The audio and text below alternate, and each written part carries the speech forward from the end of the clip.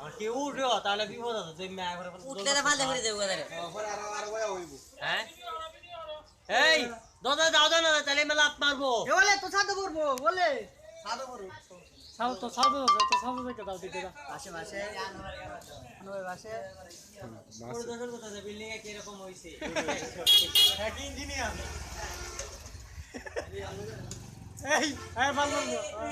যা দাও একটু দাও দাও একটু দাও যাও একটু দাও হাই হাই দাদা দাদা লাগাই দাও